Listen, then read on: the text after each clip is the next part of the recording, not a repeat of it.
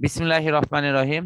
আমাদের অনলাইন শিক্ষা কার্যক্রমে মাধ্যমিক শ্রেণীর পদার্থবিজ্ঞান এর আলো অংশটি নিয়ে আমরা আলোচনা করছি। আমরা আলোর প্রতিফলন অংশের পূর্বের ক্লাসের ধারাবাহিকতায় এখন আলোর শোষণ ক্রিয়াটি নিয়ে আমরা আলোচনা করব। তো এখানে আসলে ছবিতে যে বিষয়টি আমাদের কাছে দৃশ্যমান হচ্ছে এটা এরকম যে কোনো বস্তুতে যদি আলো পতিত হয় তাহলে সেখানে তিনটি ঘটনা ঘটবে। খুব ভালো করে মনে রাখো এটি। প্রথম ঘটনাটি হলো এখানে আলোর প্রতিফলন হবে, অর্থাৎ আলোক রশ্মি ফিরে যাবে। 2 নম্বর ঘটনা হলো এখানে আলোর শোষণ ঘটবে, অর্থাৎ আলো এখানে শোষিত হবে। 3 নম্বর ঘটনা হলো এখানে আলো প্রতিসরিত হবে, অর্থাৎ আলোটা পাসিং করে চলে যাবে। এখন আমি এখানে যে আলোচনাটি হচ্ছে 3টা ঘটনার মধ্যে আমরা শুধু প্রথম ঘটনাটি নিয়ে পড়ছি, অর্থাৎ আলোক রশ্মি যে এটি ফিরে আসছে এই ঘটনা নিয়ে আমরা আলোচনা করছি। তো তাহলে আলোক রশ্মি ফিরে আসার ক্ষেত্রে 3টা রুলস মানা হয়, এটাও মনে রাখো। 1 নম্বর রুলস হলো আলোক রশ্মি যদি কালো বস্তুর উপর পড়ে তাহলে সেখানে সমস্ত রশ্মি শোষিত হবে, কোনো রশ্মি ফিরে আসবে না। খুব ভালোভাবে এটি মনে রাখো।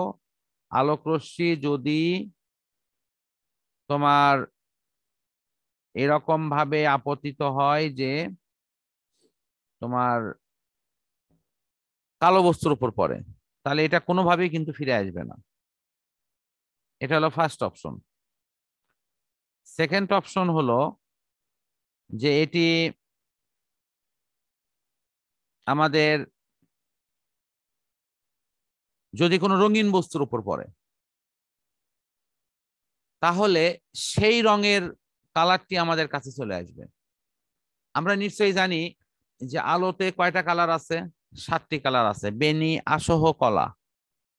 যারা এটি সম্পর্কে অবহিত না তাদের একটু বলে বুঝাই দিচ্ছি যে বেগুনি, নীল, আসমানি, সবুজ, হলুদ, কমলা, লাল, এই যে 7টি কালারের বাহার এখানে দেখা যায়, সেই বেনি আসহ কলা এই বিষয়টি আমি একটু মনে হয় এতে লিখে দিই, বোর্ডে লিখে দিই।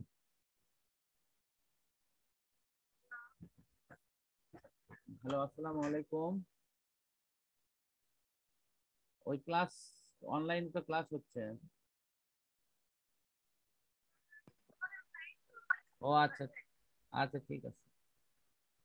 তো এখন বিষয়টা হলো যে আমরা একটু দেখি যে এই বেনি আসহ কলায় 7টি রং কি কি আছে।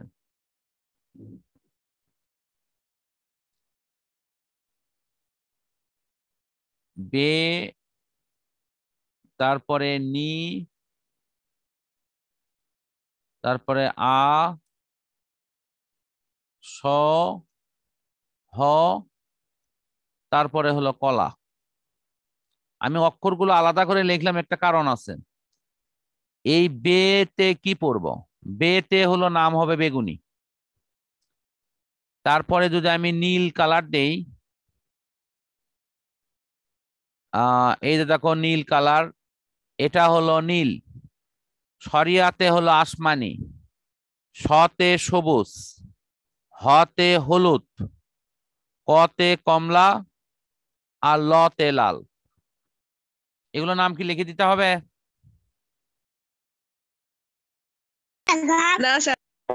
আচ্ছা, আমি আবার রিপিট বলতেছি, তোমরা পরে রেকর্ডিং শুনে নিলেও ইনশাল্লাহ হয়ে যাবে। এই যে বেতে বেগুনি, তারপরে নিতে নীল, সরিয়াতে আসমানি, শতে সবুজ, এ পাশে যেটা আছে সবুজ, হতে হলুদ, কতে কমলা, লতে লাল।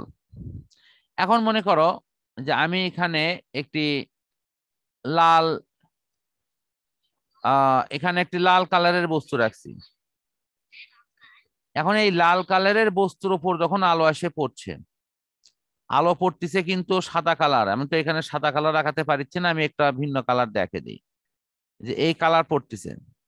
সেখান থেকে আমার চোখে যাবে কোন কালারটা, চোখে কিন্তু আসবে সাদা, ওই লাল কালারটাই আসবে। এটা এখানে হয়তো আমার চোখ আছে, এই জায়গাতে হয়তো চোখ আছে, এই চোখে কিন্তু আসবে হলো লাল কালার। ফলে এই বস্তুটাকে আমি লাল দেখব।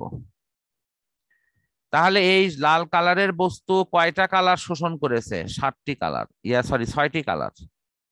শুধু লাল কালারটা ছাড়া বাকি সবগুলোকে সে শোষণ করছে। ঠিক তেমনি আমি যদি ব্লু কালারের কোনো বস্তুর উপর আলো ফেলি, ধরো এটা ব্লু কালারের একটা বস্তু, তাহলে এই ব্লু কালারের বস্তু কি করবে? সে সব কালারকে শোষণ করবে, শুধু এই যে নীল কালারটা আমাদের কাছে পাঠাবে, এই যে নীল কালার। অর্থাৎ আলোক রশ্মি যথারীতি এখানেও কিন্তু পতিত হবে এরকম, আলোক রশ্মি এখানে পড়লো, কিন্তু যখন ফেরত যাবে তখন কোন কালারেরটা ফেরত যাবে? আমাদের কাছে ব্লু কালারের আলোটা ফেরত যাবে।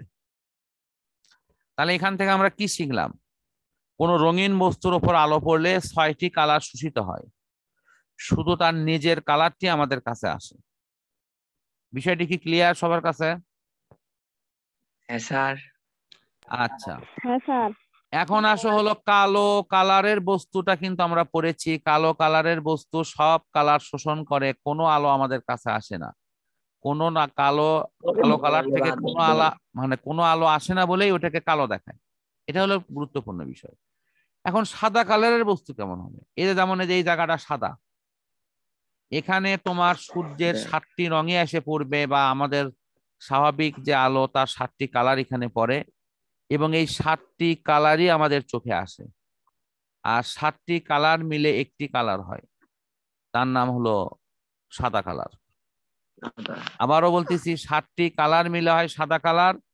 সাদা রঙের বস্তুর উপর কোনো আলো পড়লে সেখান থেকে 7টি কালারই আমাদের কাছে আসে, ফলে আমরা ওই বস্তুকে সাদা দেখি। তাহলে আমি 3টা রুলস তোমাদের শেখালাম। 1 নম্বর হলো কালো কেন দেখায়? তোমার উত্তর হবে যে সূর্যের আলো থেকে 7টি কালার কালো বস্তুর উপর পড়ে, কালো বস্তু সবগুলোকে শোষণ করে, কোনো আলো আমাদের চোখে আসে না। আমি যদি এখানে আলো আসে না এরকম একটা দৃশ্য দেখাই, যেমন ধরো এটা কালো বস্তু, অর্থাৎ এখানে বস্তু আলো আসে কিন্তু ঠিকই পড়তেছে, অর্থাৎ আলো পড়তেছে, দেখো আলো এখানে সূর্যের আলো পড়তেছে, কিন্তু আমাদের চোখে যখন আসবে তখন এখানে কোনো আলো আসবে না, আলোই আসবে না। যেহেতু কোনো আলো আসবে না, সুতরাং এটিকে তখন আমরা কালো দেখব। আর সাদা কালারের বস্তুর ক্ষেত্রে উল্টা ঘটনা, এখানে এখানে 7টি কালার আসবে, এই 7টা কালারই আমাদের চোখে আসবে, ফলে আমরা এটিকে সাদা দেখব। আর রঙিন বস্তু দেখার রুলসটা হলো কি? এটা যে কালারের বস্তুর উপর আলো পড়বে সেই কালার ছাড়া বাকি 6টি কালার সে শোষণ করবে, সুতরাং এখানে মাত্র তার নিজের কালারটি আমাদের চোখে আসবে।